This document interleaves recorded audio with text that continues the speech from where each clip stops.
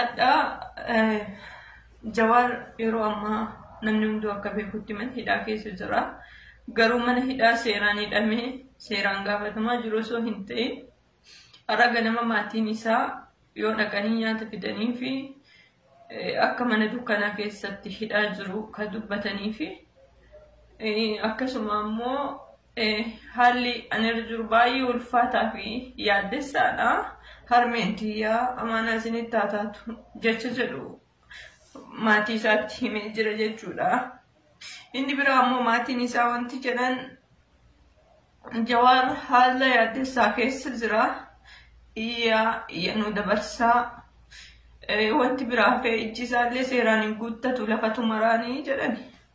Kana jechuun obboleeyyan kiyya ajjeesani tumanii lubbuu keessaa baasuu yoo taate malee wanti hafe hin jiru.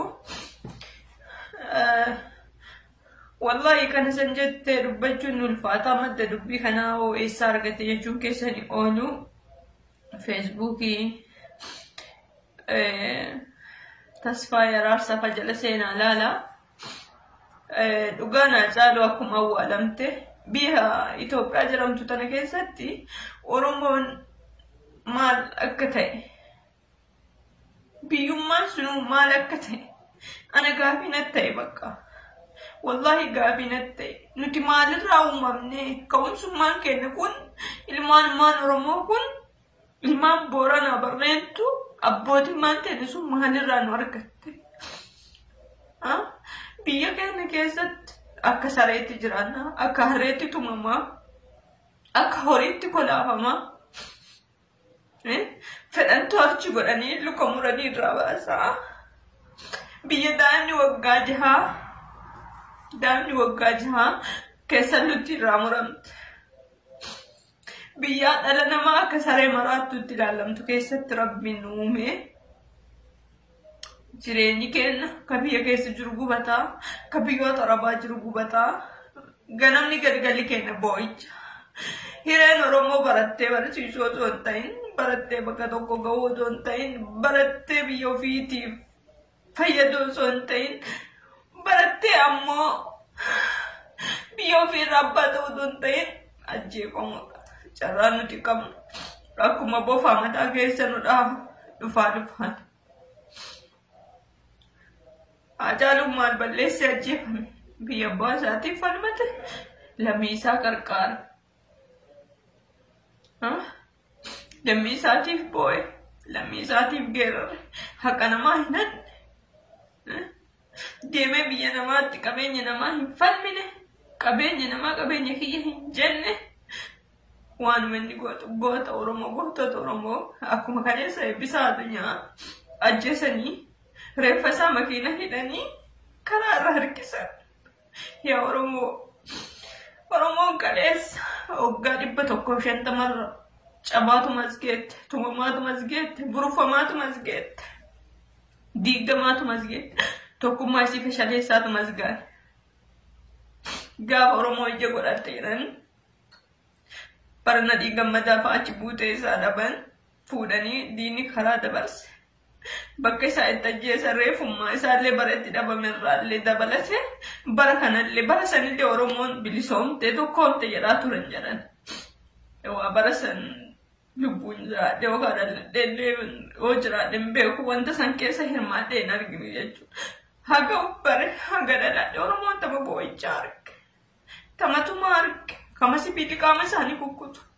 Kama tolchu godhan kasheekaa kakeesii namni waa'ee Oromoo ani Oromoof hin jedhe kama ajjeefama.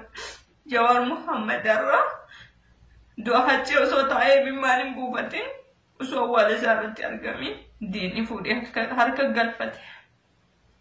galfate mana hidhaa keessa akka barbaade dararaa jira. Lubbuu isaa baasuuf qophii hunda fixate. Lubbuu Haacaaluutti wal qabatee nama 239 dhumate jedhee kan mootummaan gabaase adda Oromoo keessaa hoo xiqqaate nama 500 kan hidhan ammoo 4,700 akka ta'e ofumaa isaaniitiin gabaasan. Amma gabaabumatti baatima kana keessatti Haacaaluu namni Jawaar illee dabaara. Maali reenteen maali carraan keenya furmaanni kennamaa dhabame hayyuu meeqa osoo qabnu beekaa meeqa osoo qabnu carraan kennamaa kana ta'e Oromoon maaliif yeroo hundaa harka duwwaa ulee qabataa bahaa mataa keessa buruffama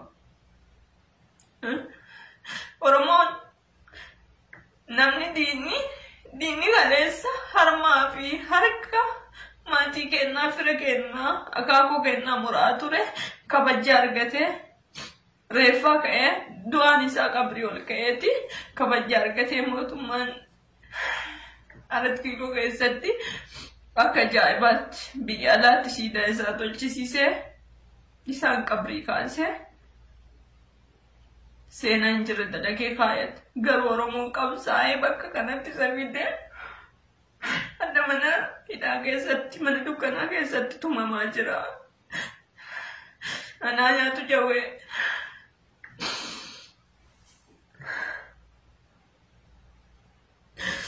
Jawaar osoo akka abbaa fedheetti jiraachuu danda'u